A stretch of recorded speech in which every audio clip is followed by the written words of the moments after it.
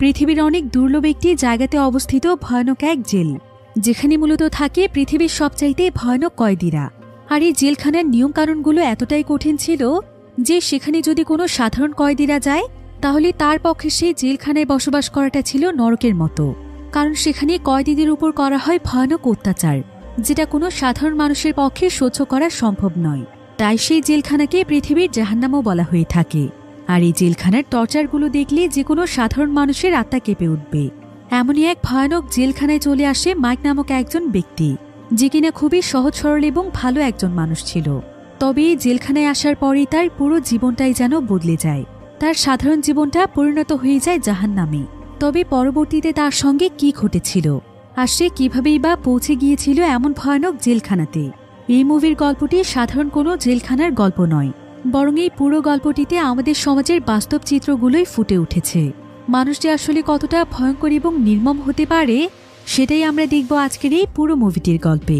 তাহলে চলুন ঘুরে আসা যাক ভয়ানক এক জেলখানার গল্প থেকে। তো গল্পটি শুরু হয় আমেরিকার একটি শহরে, যেখানে আমরা মাইক নামক একজন ব্যক্তিকে দেখতে পাই। মাইক পেশায় ছিল একজন ইঞ্জিনিয়ার। সে মূলত একটি স্টিল ফ্যাক্টরিতে কাজ করে থাকে। সে একজন আমেরিকান নাগরিক হলেও সে তার কাজের জন্য বর্তমানে রাশিয়াতে আছে। মাইকের পরিবার বলতে রয়েছে শুধুমাত্র তার ওয়াইফ জুলিয়া। আর জুলিয়া এবং সে একে অপরকে অনেক ভালোবাসে। যদিও মাইকের আর্থিক অবস্থা তেমন একটা ভালো ছিল না, কিন্তু সে তার জীবনে অনেক সুখী ছিল, কারণ তার মতো তার ওয়াইফও তাকে অনেক ভালোবাসত। কিন্তু সে যেহেতু চাকরির জন্য তার ওয়াইফের কাছ থেকে দূরে থাকত, তাই তার ওয়াইফ সবসময় তার জন্য অপেক্ষা করত। তবে মাইক অনেক কষ্টে ছুটি নিয়ে কয়েক মাস পর পর তার ওয়াইফকে দেখতে যেত। এভাবেই তাদের জীবন অনেক ভালোই কাটছিল। এরপর দেখতে দেখতেই তাদের অ্যানিভার্সারির দিন চলে আসে। তাই মাইক সেদিন ছুটি নিয়ে তার বাড়িতে ফিরছিল। আর তার ওয়াইফ তার সঙ্গে ফোনে কথা বলতে বলতে তাকে সারপ্রাইজ দেওয়ার জন্য সমস্ত জিনিসপত্র রেডি করছিল। আর জুলিয়া আজকে অনেক খুশি ছিল, কারণ অনেকদিন ধরে সেই দিনটির অপেক্ষায় রয়েছে। কিন্তু জুলিয়া যখন কাজ করতে করতে মাইকের সঙ্গে কথা বলছিল, ঠিক তখনই হঠাৎ করেই তাদের বাড়ির ইলেকট্রিসিটি অফ হয়ে যায়। জুলিয়া তখন মাইককে লাইনে রেখে বাড়ির সার্কিট চেক করতে যায়। আর কিছুক্ষণের মধ্যেই সে লাইনটিকে ঠিক করে ফেলে। এবার মাইক এখানে জুলিয়াকে বলে যে তাদের অ্যানিভার্সারি উপলক্ষে কাল সে তাকে বিচে ঘুরতে নিয়ে যাবে। এটা শুনে তো জুলিয়া অনেক খুশি হয়ে যায়। মাইক তাকে জানায় যে আর মাত্র 10 মিনিটের মধ্যে সে বাড়িতে পৌঁছবে। কিন্তু ঠিক এমন সময় জুলিয়ার কাছে একজন ব্যক্তি চলে আসে। আর এই ব্যক্তি প্রায় অনেকদিন ধরেই জুলিয়ার উপর নজর রাখছিল। তাই আজকে সে সুযোগ পেয়ে জুলিয়ার উপর ঝাঁপিয়ে পড়ে, কারণ সে জানত যে জুলিয়ার হাজবেন্ড বাড়িতে থাকে না। জুলিয়া এখানে সেই ব্যক্তির হাত থেকে বাঁচার অনেক চেষ্টা করছিল, কিন্তু সেই ব্যক্তি তার উপর টর্চার করতে শুরু করে। জুলিয়া এতে প্রচণ্ড জোরে চিৎকার করছিল, আর জুলিয়ার সমস্ত আওয়াজ ফোনের মাধ্যমে মাইক শুনতে পাচ্ছিল। মাইক এতে একদম অস্থির হয়ে যায়। সে যত দ্রুত সম্ভব গাড়ি চালাতে শুরু করে, কারণ সে বুঝতে পেরেছিল যে তার ওয়াইফ অনেক বড় বিপদে পড়েছে।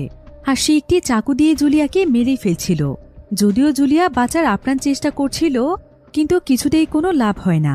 এদিকে মাইক তাড়াহুড়ো করে কোনো মতে তার বাড়িতে পৌঁছে যায়। তবে ততক্ষণে অনেক দেরি হয়ে গিয়েছিল। বাড়িতে পৌঁছে সে তার ওয়াইফের কোনো আওয়াজই পাচ্ছিল না। এরপর সে অনেক সাহস করে যখন তাদের ড্রয়িং রুমে প্রবেশ করে, তখন সে একটি সোফার উপর তার ওয়াইফকে দেখতে পায়। আর সে তার ওয়াইফের কাছে গিয়ে বুঝতে পারে যে তার ওয়াইফ মারা গিয়েছে। মাইক তো এটা কিছুতেই বিশ্বাস করতে পারছিল না। এক মুহূর্তের জন্য যেন তার দমটা বন্ধ হয়ে যাচ্ছিল। তো মাইক যখন তার ওয়াইফকে জড়িয়ে ধরে কাঁদছিল, ঠিক তখনই তার পেছনে সেই ব্যক্তিটি চলে আসে। আর সে তার মাথায় আঘাত করে সেখান থেকে দৌড়ে পালিয়ে যায়। কিন্তু মাইক সঙ্গে সঙ্গে দৌড়ে সেই লোকটির পিছু করতে শুরু করে। তবে বাহিরে এসে কোথাও সে তাকে দেখতে পাচ্ছিল না। কিন্তু কিছু সময় পরে সে সেই ব্যক্তিকে একটি বাসের মধ্যে দেখতে পায়। তাই সে দৌড়ে গিয়ে কোনো মতে সেই বাসটিকে থামায়। আর সে বাসের ভেতরে ঢুকেই সেই ব্যক্তিকে মারতে শুরু করে। কিন্তু সেই ব্যক্তি এখানে চাকু দিয়ে মাইককেও মেরে ফেলতে চাইছিল। তবে মাইকের সঙ্গে সে পেরে ওঠে না। সে কোনো মতে সেখান থেকে দৌড়ে পালিয়ে যাচ্ছিল। তবে মাইকে তখন উল্টো তার হাতে চাকুটি নিয়ে তাকে ধাওয়া করছিল। আর সেটা আবার সেখানে থাকা কয়েকজন পুলিশ দেখতে পায়। ফলে সেখান থেকেই তাদের দুজনকেই অ্যারেস্ট করে নিয়ে যাওয়া হয়। কিন্তু সে অপরাধী ব্যক্তি আসলে ছিল অনেক ধনী একজন মানুষ। তাই কিছুদিনের মধ্যেই সে জামিন পেয়ে যায়। মাইক আদালতে সেই ব্যক্তির অপরাধের কথা জানানোর পরও কেউ সেই লোকটির বিরুদ্ধে কোনো ব্যবস্থা নেয় না, বরং মাইকের বিরুদ্ধেই ওয়ারেন্ট বেরিয়ে যায়। তার উপর ভয়ানক এক মিথ্যে মামলা দেয়া হয়। বলা হয় যে তার ওয়াইফের মৃত্যুর পেছনে সেও দায়ী। আর এমন সময় আদালতে মাইকের সামনে সেই ব্যক্তি আসে এবং সে মাইককে উপহাস করে বলে যে তার নাম হচ্ছে সার্জিও, যদি তার কিছু করার থাকে তাহলে সে যেন করে দেখায়, কারণ সমস্ত জজদেরকে সে আগেই কিনে নিয়েছে, তাই সে চাইলেও তার বিরুদ্ধে কিচ্ছু করতে পারবে না। এমনকি সে বলে যে তার ওয়াইফের কাছে গিয়ে তার নাকি অনেক মজা লেগেছে। মাইক এতক্ষণ সবকিছু চুপচাপ সহ্য করছিল, কারণ সে ছিল অনেক সহজ সরল একজন মানুষ। কিন্তু সার্জিওর এমন কথা শুনেই মাইক যেন পাগলের মতো হয়ে যায়। সে তার পাশে দাঁড়িয়ে থাকা একজন পুলিশের কাছ থেকে একটি গান নিয়ে নেয় এবং সকলের সামনেই কোর্টের ভেতরেই সার্জিওকে গুলি করে মেরে ফেলে। এরপর সঙ্গে সঙ্গেই মাইক একদম শান্ত হয়ে যায়। তবে সকলের সামনে সে যেহেতু সার্জিওকে হত্যা করেছে, তাই এবার আদালতে তাকে যাবজ্জীবন কারাদণ্ড দেয়া হয় এবং তাকে ইনহিল নামক একটি জেলে পাঠানোর অর্ডার দেয়া হয়। এবার কোর্টের রায় শেষ হলে মাইককে সঙ্গে সঙ্গে একটি কয়েদিদের বাসে উঠিয়ে নেওয়া হয় আর তাকে সোজা নিয়ে যাওয়া হয় ইনহিল নামক সেই কারাগারে, যেটা কিনা লোকালয় থেকে অনেক দূরে অবস্থিত ছিল। আর এটা মূলত ছিল রাশিয়ার অনেক ভয়ানক একটি কারাগার। এই কারাগারটিতে মূলত সেই সমস্ত কয়েদিদেরকে আনা হতো যারা কিনা অনেক ভয়ানক এবং বিপজ্জনক এবং যারা অনেকবার অন্যান্য কারাগার থেকে পালিয়েছিল। কিন্তু এটা ছিল এমন একটি কারাগার যেখান থেকে কখনোই কোনোভাবে কোনো মানুষের পালানো সম্ভব নয়। এমনকি এই জেলের পরিবেশও ছিল একদম নরকের মতো। তাই অনেক মানুষই এই জেলটিকে পৃথিবীর জাহান্নাম বলেই জানত। এখানকার গার্ডরাও কয়েদিদের সঙ্গে একদমই ভালো আচরণ করত না। তো অনেক কয়েদিদের সাথে মাইকেও এখানে নিয়ে আসা হয়। আর কারাগারের প্রথম দিনেই তারা মাইকের সঙ্গে অনেক বাজে আচরণ করে। মাইককে তারা মারধর করে একটি রুমের মধ্যে পাঠিয়ে দেয় আর সেখানে মাইক এবং সমস্ত নতুন কয়েদিদেরকে তাদের চুল ফেলে দিয়ে তাদের পোশাক চেঞ্জ করে দেওয়া হচ্ছিল। এখানে আবার মাইক তার প্যান্টের ভেতর তার ওয়াইফের একটি ছবি লুকিয়ে রেখেছিল, যেটা ছিল তার কাছে তার ওয়াইফের শেষ স্মৃতি। কিন্তু সেখানকার অফিসার মাইককে সার্চ করে এগুলো খুঁজে পেয়ে যায়, যদিও মাইক এখানে বারবার অনুরোধ করছিল যে তারা যেন অন্তত এই রিংটি তার সঙ্গে রাখতে দেয়, কারণ এই রিংটি তার ওয়াইফের শেষ স্মৃতি। কিন্তু অফিসাররা এখানে তার কাছ থেকে সবকিছু নিয়ে নেয়, এমনকি তাকে সকলের সামনে অনেক মারধরও করে। সেই সাথে অফিসার এখানে মাইকের ওয়াইফের ছবি দেখে খুবই নোংরা ভাষায় কথা বলে। তো এরপর মাইককে কমিউনাল সেল নামক একটি জায়গাতে নিয়ে যাওয়া হয়, যেটা কিনা অনেক অন্ধকার একটি জায়গা ছিল। তাই মাইকের কাছে এই জায়গাটি অনেক ভয়ানক লাগছিল। তো এবার রাতের বেলা যখন সেখানে সমস্ত কয়েদিরা ঘুমিয়েছিল, তখন মাঝরাতে সেখানে বেশ কয়েকজন গার্ড আসে আর সেখানে বিলি নামক একজন কয়েদি ছিল। গার্ডেরা তখন জোর করে বিলিকে ধরে নিয়ে যায়। বিলি আসলে অন্যান্য কয়েদির চাইতে দেখতে অনেক সুন্দর ছিল, তাই প্রতিদিন রাতে এখানকার প্রভাবশালী কয়েদিদের রুমে জোর করে বিলিকে ঢুকিয়ে দেয়া হয়। আর আজকে তাকে দিয়ে আসা হয় অ্যান্ড্রে নামক একজন ভয়ানক কয়েদির সেলে, যেখানে তাকে প্রচুর পরিমাণে শারীরিক নির্যাতন করা হয়। এই অ্যান্ড্রে আসলে ছিল রাশিয়ান একজন মাফিয়া এবং এই জেলের অনেক ভয়ানক একজন ফাইটার। আর তার দলের লোকেরা এসে এখানকার অফিসারকে প্রতিনিয়ত টাকা দিয়ে যায়, তাই অফিসাররা তাকে এসব অন্যায় করতে সাহায্য করে। এবার সকালবেলা যখন কয়েদিদেরকে সেল থেকে বাইরে নিয়ে আসা হচ্ছিল, তখন মাইক এখানে বিলিকে দেখতে পায়। বিলি একটি জায়গাতে বসে কাঁদছিল আর তার শরীরের বিভিন্ন জায়গাতে আঘাতের চিহ্ন ছিল।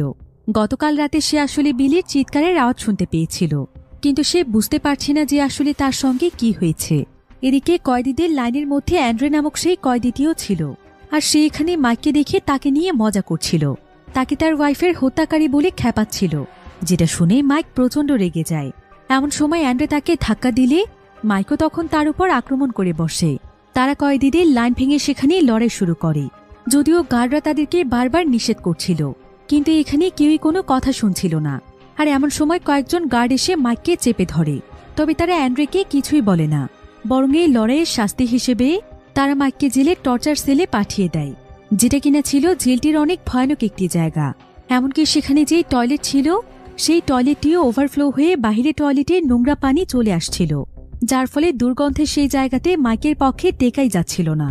এমনকি সেখানে ঘুমানোর মতো উঁচু একটি জায়গা ছিল, যেখানে ঘুমানোটা ছিল অনেক বেশি কষ্টকর। তো এই টর্চার সেলে আসার পর মাইককে শুধুমাত্র একবার খাবার দেয়া হয়। এরপর প্রায় একটানা বেশ কয়েকদিন সময় পার হয়ে গেলেও তাকে আর কোনো খাবার পানি কিছু দেয়া হচ্ছিল না। আর মাইকও এখানে ক্ষুধার যন্ত্রণা সহ্য করতে না পেরে সে নিজেকে শেষ করে দেওয়ার সিদ্ধান্ত নেয়। তাছাড়া তার কাছে এখন বেঁচে থাকার মতো কোনো কারণও ছিল না। সে যাকে নিজের জীবনের চাইতে বেশি ভালোবাসত, সেই তো এখন তাকে ছেড়ে অনেক দূরে চলে গিয়েছে। তাহলে সে বেঁচে থেকেই বা কি করবে? তাই সে তার শার্টটি খুলে সেটার মাধ্যমেই মরার চেষ্টা করছিল, কিন্তু এতেও সে ব্যর্থ হয়ে যায়, কারণ তার শার্টটি অনেক বেশি নর্মাল একটি কাপড়ের ছিল। তাই সে মরার জন্য সেখানকার দেয়ালের সঙ্গে তার মাথায় বারবার আঘাত করছিল, কিন্তু এত কিছুর পরও মৃত্যু যেন তার কাছেই আসছিল না। এসবে ক্লান্ত হয়ে যখন সে সেখানে বসেছিল, ঠিক তখনই সে সেখানে খুব সুন্দর একটি প্রজাপতি দেখতে পায়। আর প্রজাপতিটি দেখে মাইকের কাছে মনে হয় যে এটা হয়তো তার ওয়াইফেরই আত্মা, যে কিনা এখনও তার সঙ্গেই রয়েছে। তাই এখানে মাইকের তার ওয়াইফের সুন্দর কিছু স্মৃতি মনে পড়ছিল, যেখানে তার ওয়াইফ তাকে বলেছিল যে সে তাকে সবসময় সুখী দেখতে চায়, তার মুখে সবসময় হাসি দেখতে চায়, এবং সে চায় যে মাইক অনেক ভালোভাবে পৃথিবীতে বেঁচে থাকুক। তো তার ওয়াইফের কথা মনে পড়তেই মাইক যেন তার মাঝে বেঁচে থাকার অনুপ্রেরণা পায়। সে সিদ্ধান্ত নেয় যে সে আর কোনোদিনও নিজে থেকে মরতে চাইবে না। আজকে সকালে তাকে সেখানে অল্প কিছু খাবার দেওয়া হয়েছিল যাতে সে কোনো মতে বেঁচে থাকে। তবে নিজেকে মেরে ফেলার জন্য মাইক সেই খাবার খায়নি। কিন্তু প্রজাপতিটি যখন সেই খাবারটির উপর গিয়ে বসে, তখন মাইক সেই খাবারটি তার হাতে নিয়ে খেতে শুরু করে। এবার কয়েকদিন পর মাইককে সেই টর্চার সেল থেকে বের করা হয়, আর তাকে আজকে নতুন একটি সেলে পাঠিয়ে দেয়া হয়। তবে সেই সেলটিতে আরও একজন কয়েদি ছিল, যার নাম ছিল ফিউরিয়াস। সে দেখতে অনেক ভয়ানক ছিল, এমনকি সে প্রায় 3টি মার্ডার করে এখানে এসেছে। তাই মাইকের কাছে সেখানে থাকতে বেশ ভয় লাগছিল। ভিডিওর এই পর্যায়ে আপনাদেরকে এমন একটি অ্যাপের সঙ্গে পরিচয় করিয়ে দিতে চাই, যেটা কিনা বিভিন্ন বিনোদনের সবচাইতে বিশ্বস্ত ওয়েবসাইট। এর অফিসিয়াল পার্টনার হচ্ছে সিরিয়া এবং পিএসজি। এখানে জেতার সম্ভাবনা অন্যান্য অ্যাপের তুলনায় অনেক বেশি। চলছে বাংলাদেশ প্রিমিয়ার লিগ, তাই সমস্ত ক্রিকেট প্রেমীদের জন্য আপনার প্রিয় দলকে সমর্থন করার এটি একটি দুর্দান্ত সুযোগ। এই অ্যাপে আপনি সমস্ত লাইভ ম্যাচের ফলাফল এবং লাইভ ম্যাচ দেখতে পারবেন, এমনকি আপনি স্কোর অনুমান করে গেমও খেলতে পারবেন। এখানে রয়েছে ল্যাপটপ, আইফোন, BMW গাড়ি এবং আরও অনেক নগদ পুরস্কার জেতার সুযোগ। এখানে রয়েছে ক্র্যাশ গেম, আপনি যা চান তা বেছে নিতে পারেন।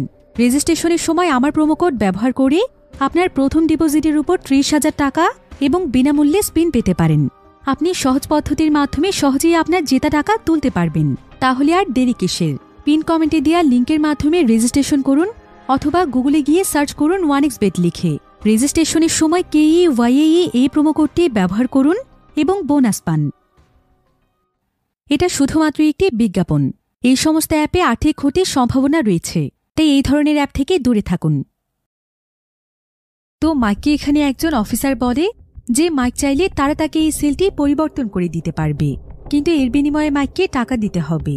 তবে মাইকের কাছে যেহেতু কোনো টাকাই ছিল না, তাই সে এই সেলটিতেই থাকতে চায়।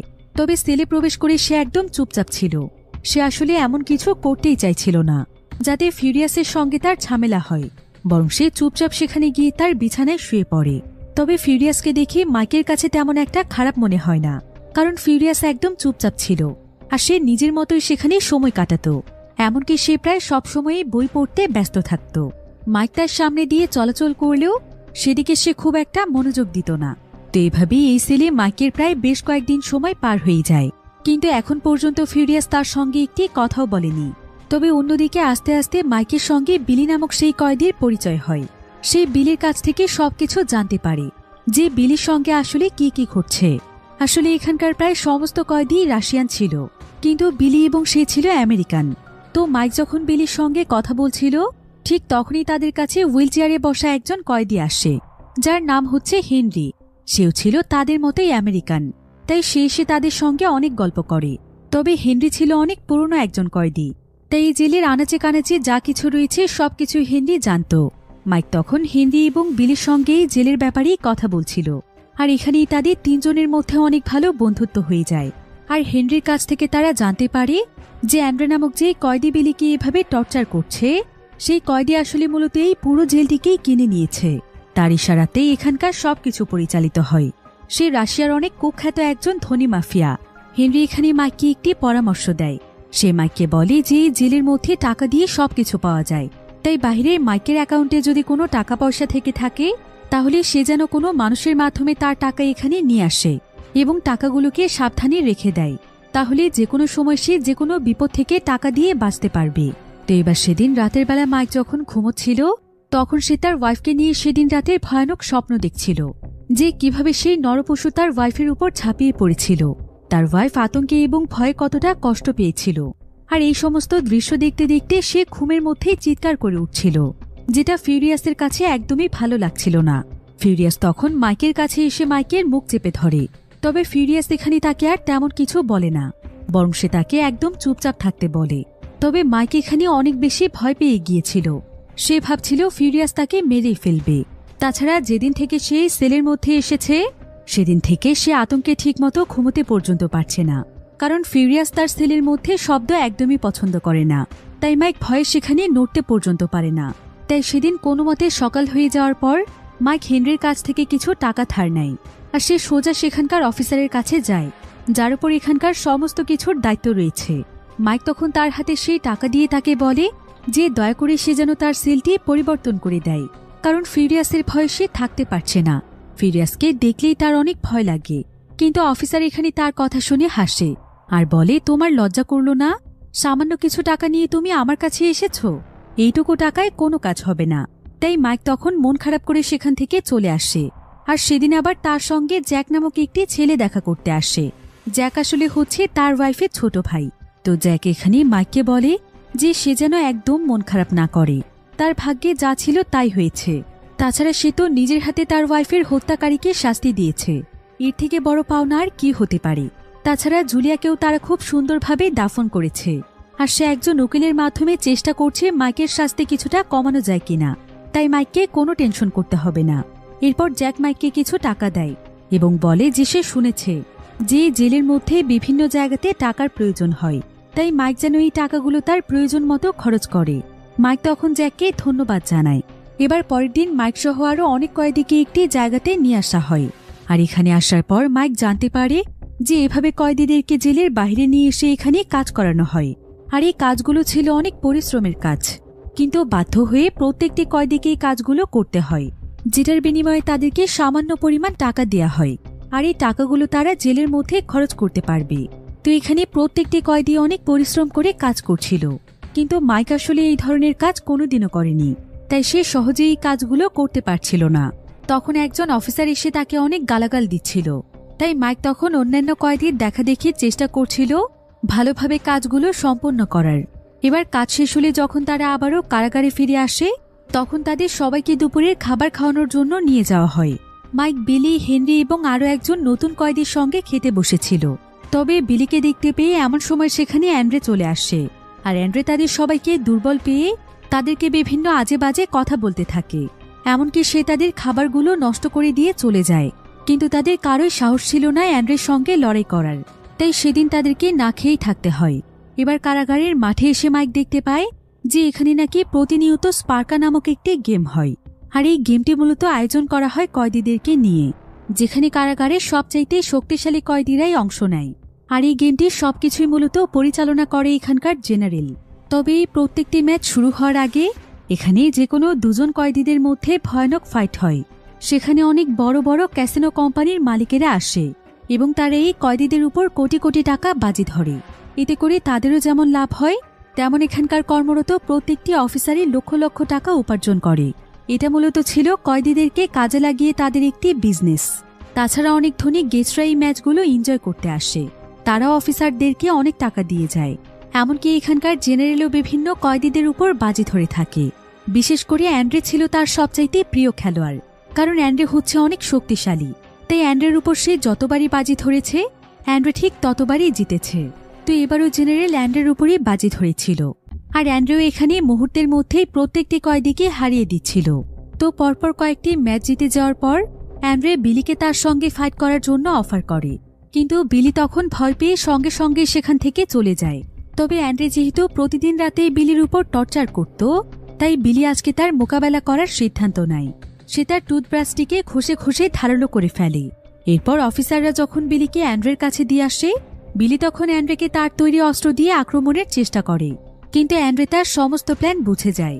সেই তখন উল্টো বিলিকে প্রচণ্ড মারধর করে। এবার পরের দিন সকালে দেখা যায় যে মাইক এবং অন্যান্য কয়েদিরা যখন কাজ করছিল, ঠিক তখনই সেখানে অ্যান্ড্রে এসে মাইককে ধাক্কা দেয় আর বলে যে মাইক নাকি তাকে এবং তার টিমকে অসম্মান করেছে। সে নাকি প্রত্যেকটি কয়েদির মতো তাকে রেসপেক্ট করে না। মাইক তখন এখানে প্রতিবাদ করে।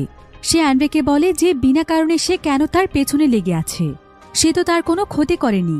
কিন্তু অ্যান্ড্রে বলে মাইকের অ্যাটিটিউড তার পছন্দ নয়। যেখানে সমস্ত কয়েদিরা তার কথা মতো চলে, সেখানে মাইক কেন নিজের মতো করে চলছে, মাইককেও তার কথা শুনতে হবে। এসব বলতে বলতে অ্যান্ড্রে এখানে মাইকের গায়ে হাত তুলছিল। মাইক তখন অফিসারকে এই ব্যাপারে নালিশ করে যে অ্যান্ড্রে তাকে শুধু শুধু জ্বালাতন করছে, কিন্তু অফিসারও এখানে অ্যান্ড্রের পক্ষে ছিল। সে অ্যান্ড্রেকে একটি কথাও বলে না। এমনকি বাকি কয়েদিরাও ভয় পেয়ে তাদের নিজ নিজ কাজে চলে যায়। আর এদিকে অ্যান্ড্রে এবং তার সঙ্গীরা মিলে মাইককে প্রচণ্ড মারধর করে। তাকে মাটিতে ফেলে তারা ইচ্ছে মতো লাথি মারতে থাকে। এখানে কোনো দোষ না করেও মাইককে আবারও সেই টর্চার সেলে যেতে হয়, যেখানে কিছুদিন আগেই তাকে শাস্তি দেওয়া হয়েছিল। তবে মাইকের এখন আর কিছুই করার ছিল না, তাকে এখানেই থাকতে হবে। তবে আজকে এই সেলের দেয়ালের মধ্যে মাইক একটি ক্র্যাক দেখতে পায়, যেটা হয়তো দেয়ালটিতে কোনো আঘাতের ফলে হয়েছে। এমনকি সে একটু পরপরই দেয়ালের অপর প্রান্ত থেকে একটি আওয়াজ শুনতে পায়। সে বুঝতে পারে যে দেয়ালের অপর প্রান্তে হয়তো আরেকটি সেল রয়েছে, যেখানে তার মতোই কোনো কয়েদি আছে। সেই কয়েদি আবার মাইকের রেসপন্স পাওয়ার জন্য হাত দিয়ে ওয়ালের মধ্যে কয়েকবার আঘাত করে, যেটা শুনে মাইকও ওয়ালে আঘাত করলে সেই কয়েদিও তখন রেসপন্স করে। তবে মাইক এখানে সেই কয়েদির সঙ্গে কথা বলার চেষ্টা করছিল, কিন্তু সেই কয়েদি হয়তো তার কোনো কথা শুনতে পায় না। এভাবেই প্রায় 2 সপ্তাহ সময় পার হয়ে যায়। আর এই সময়ের মধ্যে মাইক অনেকবার সেই কয়েদির সঙ্গে কথা বলতে চাইছিল, কিন্তু তাদের ভেতর শুধুমাত্র দেয়ালে আঘাত করেই কথা হতো, মুখ দিয়ে কেউ কিছু বলতো না। মাইকের কাছে মনে হয় দেয়ালটি অনেক মোটা হওয়ার কারণে তারা একে অপরের কোনো আওয়াজ শুনতে পায় না। তবে এভাবে দেয়ালের আঘাতের মাধ্যমে এতগুলো দিনে তারা যেন দুজন দুজনের বন্ধু হয়ে যায়। এবার পরের দিন মাইকের শাস্তি শেষ হয়, তাকে টর্চার সেল থেকে আবারও বের করে আনা হয়। এরপর মাইক যখন তার সেলে যাচ্ছিল, ঠিক তখনই তার কাছে আবারও অ্যান্ড্রে চলে আসে। অ্যান্ড্রে এখানে আবারও তাকে জ্বালাতন করতে শুরু করে। অ্যান্ড্রে বলে যে মাইক যদি এরপর থেকে তার কোনো কথা অমান্য করেছে আর তাকে কোনোভাবে অসম্মান করেছে, তাহলে সে তাকে সারা জীবনের জন্য টর্চার সেলে পাঠিয়ে দেবে। তবে মাইক এখানে তাকে আর একটি কথাও বলে না, বরং সে তার কথা ইগনোর করে দ্রুত তার সেলে চলে আসে, যেখানে আজকে ফিউরিয়াস ছিল না। তাই এখানে ফিউরিয়াসের যে বইগুলো ছিল, মাইক চুপচাপ সেখানে সময় কাটানোর জন্য ফিউরিয়াসের বইগুলো পড়ছিল। কিন্তু এমন সময় সেখানে ফিউরিয়াস চলে আসে, যেটা দেখে মাইক অনেক বেশি ভয় পেয়ে যায়। আর সে ফিউরিয়াসকে বলে যে তার বই নাকি একটু ধুলো পড়েছিল, সে সেটাই পরিষ্কার করছিল। একথা শুনে ফিউরিয়াস আর তাকে কিছুই বলে না। এবার রাতের বেলা মাইক তার সঙ্গীদের সঙ্গে ডিনার করতে যায়, আর প্রতিবারের মতো আবারও সেখানে অ্যান্ড্রে চলে আসে এবং সে এখানে মাইককে অনেক আজে বাজে কথা বলতে থাকে। তবে মাইক তো সবকিছু চুপচাপ সহ্য করছিল। কিন্তু কিছুক্ষণ পরেই অ্যান্ড্রে বলে, আমি শুনেছি তোমার ওয়াইফকে নাকি ধর্ষণ করা হয়েছে। তবে যাই বলো না কেন, আমি তোমার ওয়াইফের ছবি দেখেছি।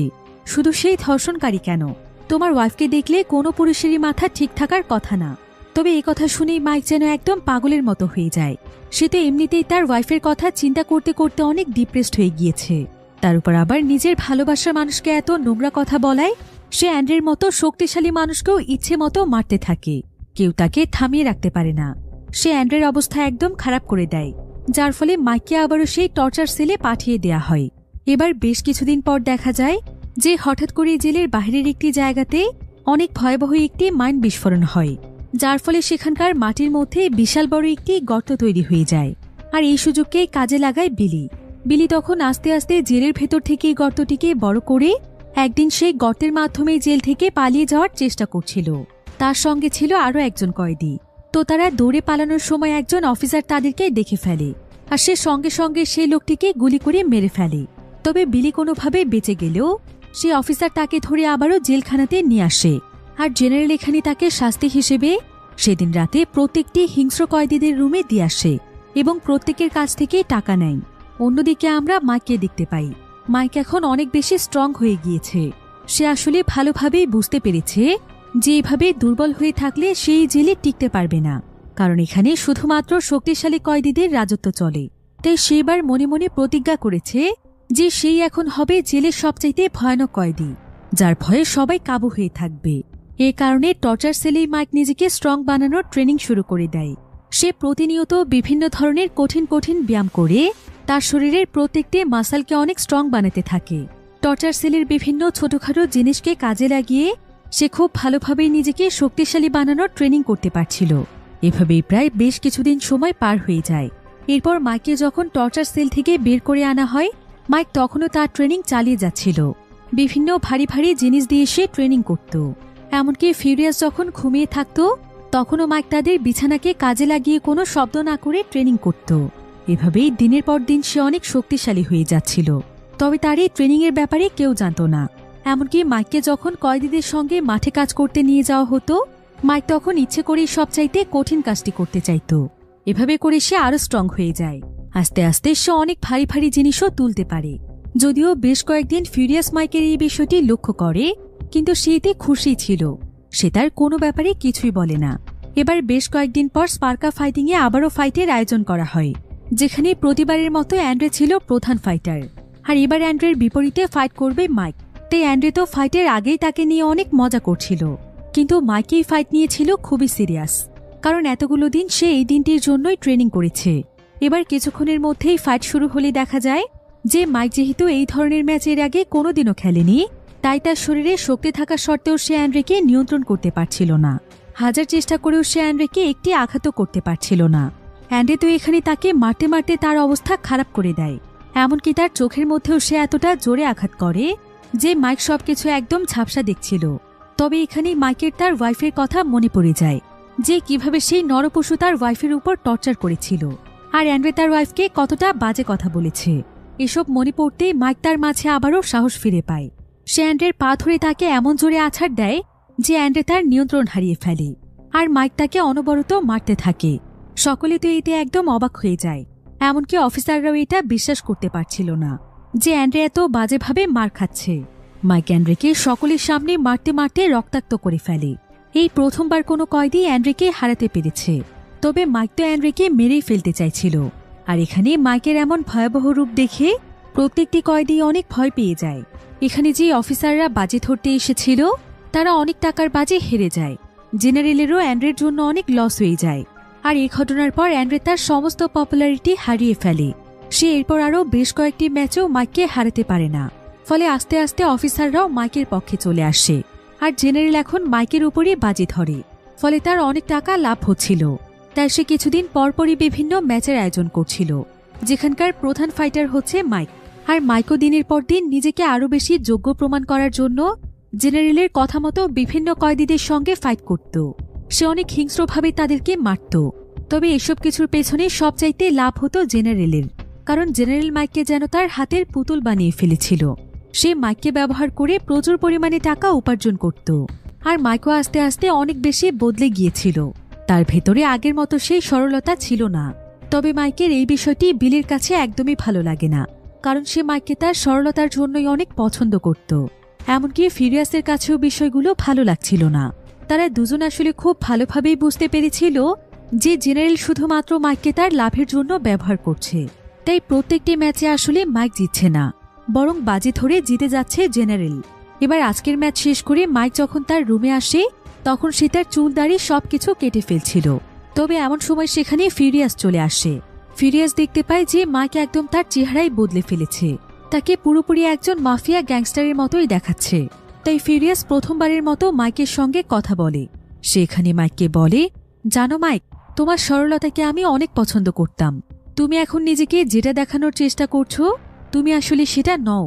দয়া করে নিজের পাওয়ারের জন্য নিজের সত্যিকারের তুমিকে হারিয়ে ফেলো না।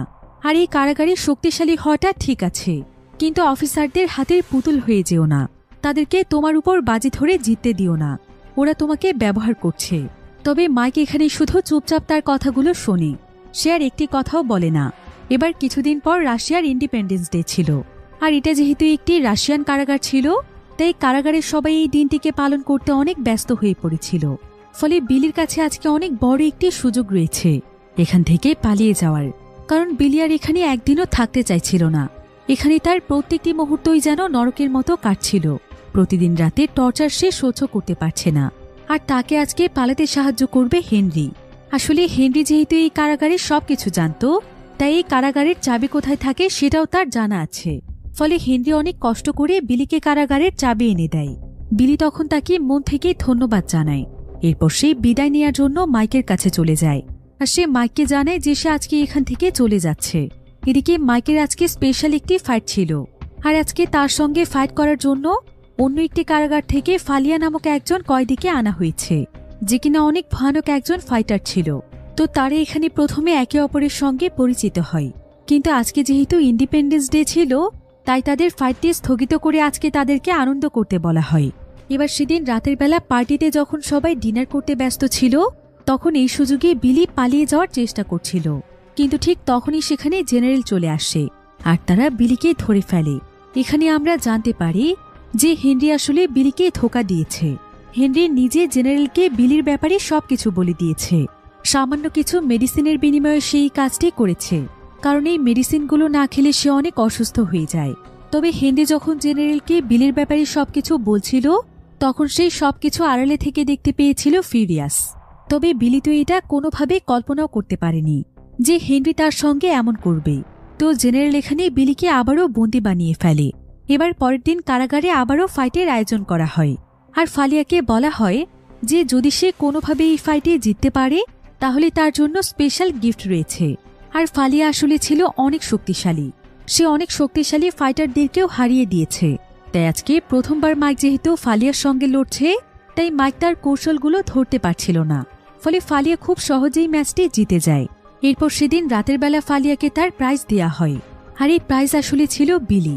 অফিসাররা ফালিয়াকে বিলির রুমে প্রবেশ করিয়ে দেয়, তবে বিলি যেন আজ একদম স্তব্ধ হয়ে যায়, সে আজ কোনো প্রতিবাদ করে না। আর পরের দিন সকালে দেখা যায় যে বিলি তার সেলের মধ্যে অনেক খারাপ অবস্থায় পড়ে আছে, তার শরীরে শত শত আঘাতের চিহ্ন ছিল। ফালিয়া আসলে তার উপর এতটা অত্যাচার করেছে যে সে এখন তার জীবনের শেষ মুহূর্ত গুনছে। তবে তার এমন খারাপ অবস্থাতেও কেউ তার কাছে আসছিল না। কিন্তু এমন সময় বিলিকে মাইক দেখতে পায়, সে দ্রুত তখন বিলির কাছে আসে। আর বিলি এখানে তার মৃত্যুর আগে মাইককে বলে যে এখানকার সবাই মাইককে ব্যবহার করছে, তাই মাইক যেন কোনোভাবেই তাদের হাতের পুতুল হয়ে না থাকে। মাইক যেন তার সত্যিকারের রূপে আবারও ফিরে আসে, কারণ পৃথিবীতে শত শত বছর কোনো খারাপ মানুষ হয়ে বাঁচার চাইতে অন্তত একদিন ভালো মানুষ হয়ে মৃত্যুবরণ করাটা অনেক বেশি আনন্দের। এসব কথা বলতে বলতে বিলি সেখানেই মারা যায়। বিলির এই মৃত্যু মাইকের মনে অনেক বেশি দাগ কেটে গিয়েছিল, কারণ এখানকার প্রত্যেকেই বিলির উপর অনেক বেশি টর্চার করেছে, একজন ছেলে মানুষের উপর নরপশুদের মতো নির্যাতন চালিয়েছে। এবার কিছুক্ষণের মধ্যেই তাদের ফাইটিং ম্যাচ শুরু হয়, যেখানে ফিউরিয়াস এবং মাইক ফাইট করবে। কিন্তু মাইকের এখানে বারবার বিলির কথা মনে পড়ছিল, তাই সে সেখানে চুপচাপ বসে থাকে। সে আজ থেকে আর ফাইট করতে চাইছিল না। কিন্তু এমন সময় সেখানে ফাইট করতে ফালিয়া চলে আসে, আর সে তার সঙ্গে ফাইট করতে শুরু করে দেয়। তবে মাইক আজকে তাকে একবারের জন্য আঘাত করছিল না। কিন্তু এদিকে মাইকের উপর বাজে ধরেছিল জেনারেল, তাই মাইকের এমন অবস্থা দেখে জেনারেল অনেক রাগ করছিল।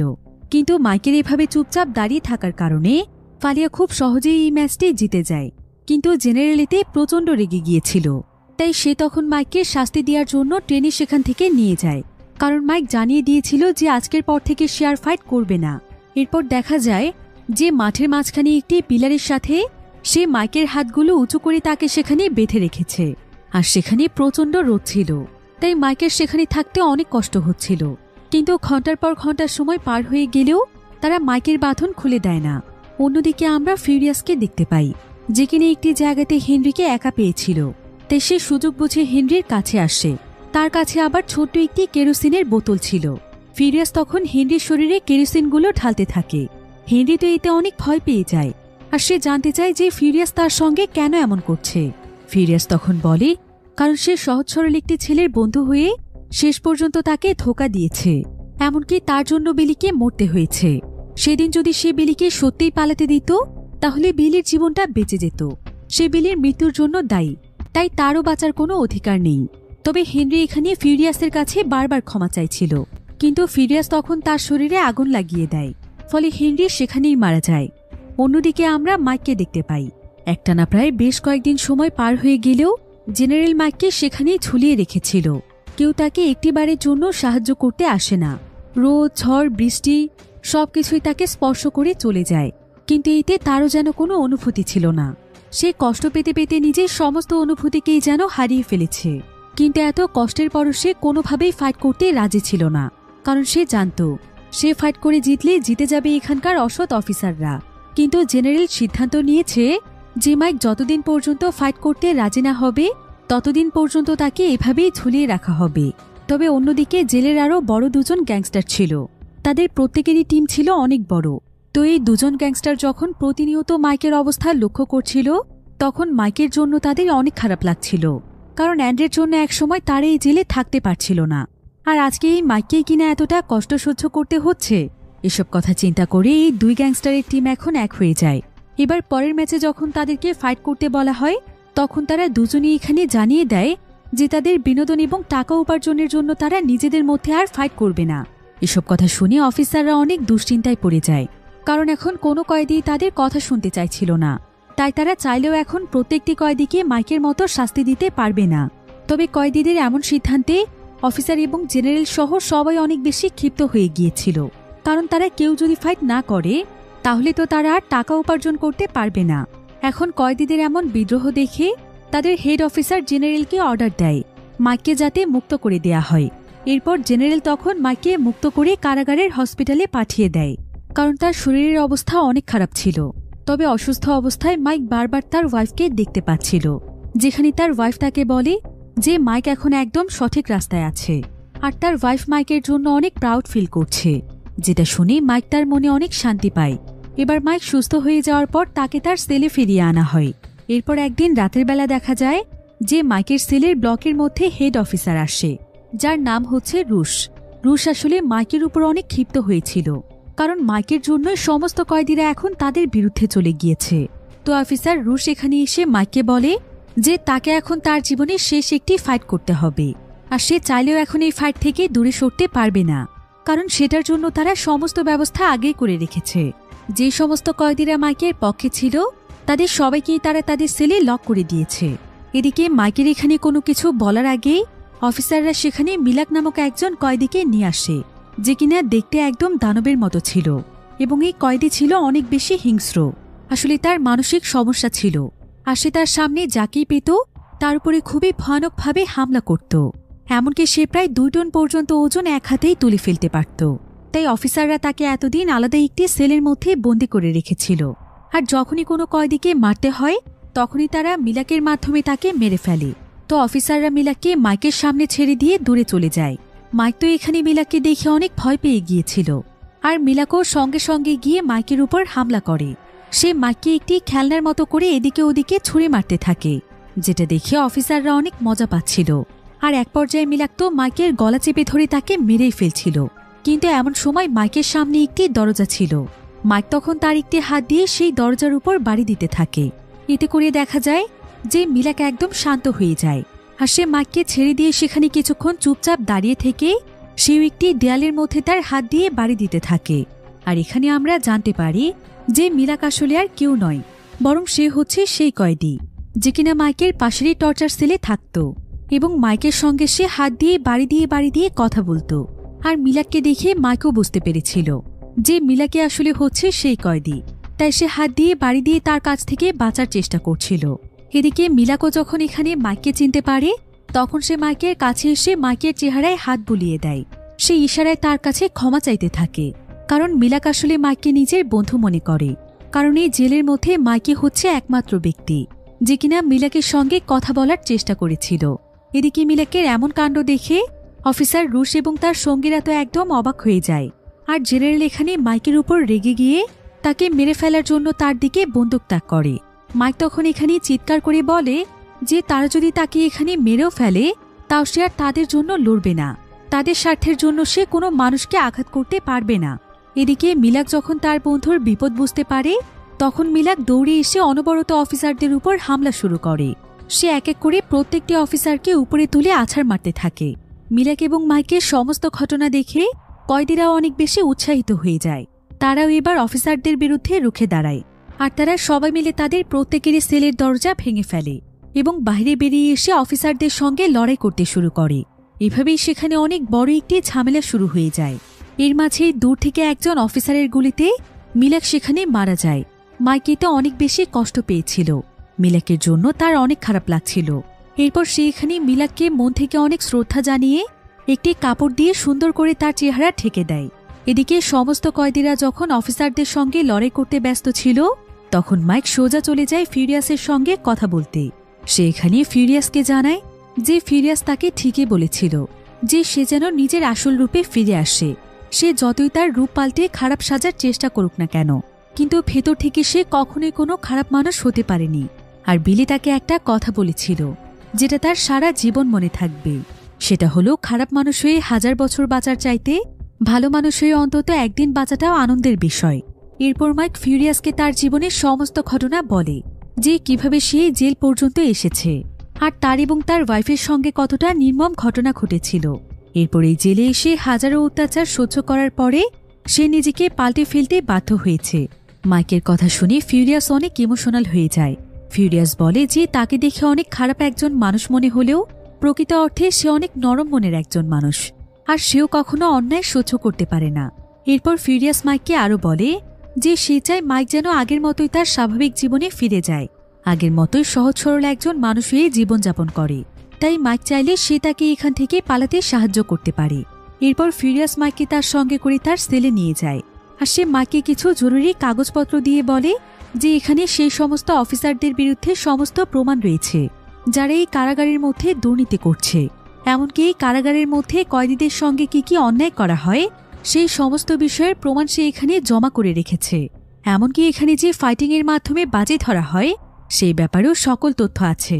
তাই মাইক যেন তার সঙ্গে করে এগুলো নিয়ে যায় এবং পরবর্তীতে সে যেন কোর্টে গিয়ে এগুলো জমা দিয়ে দেয়। সেই সাথে ইউএস গভর্নমেন্ট এবং মিডিয়ার সামনে গিয়ে যেন সে সবকিছু বলে দেয়।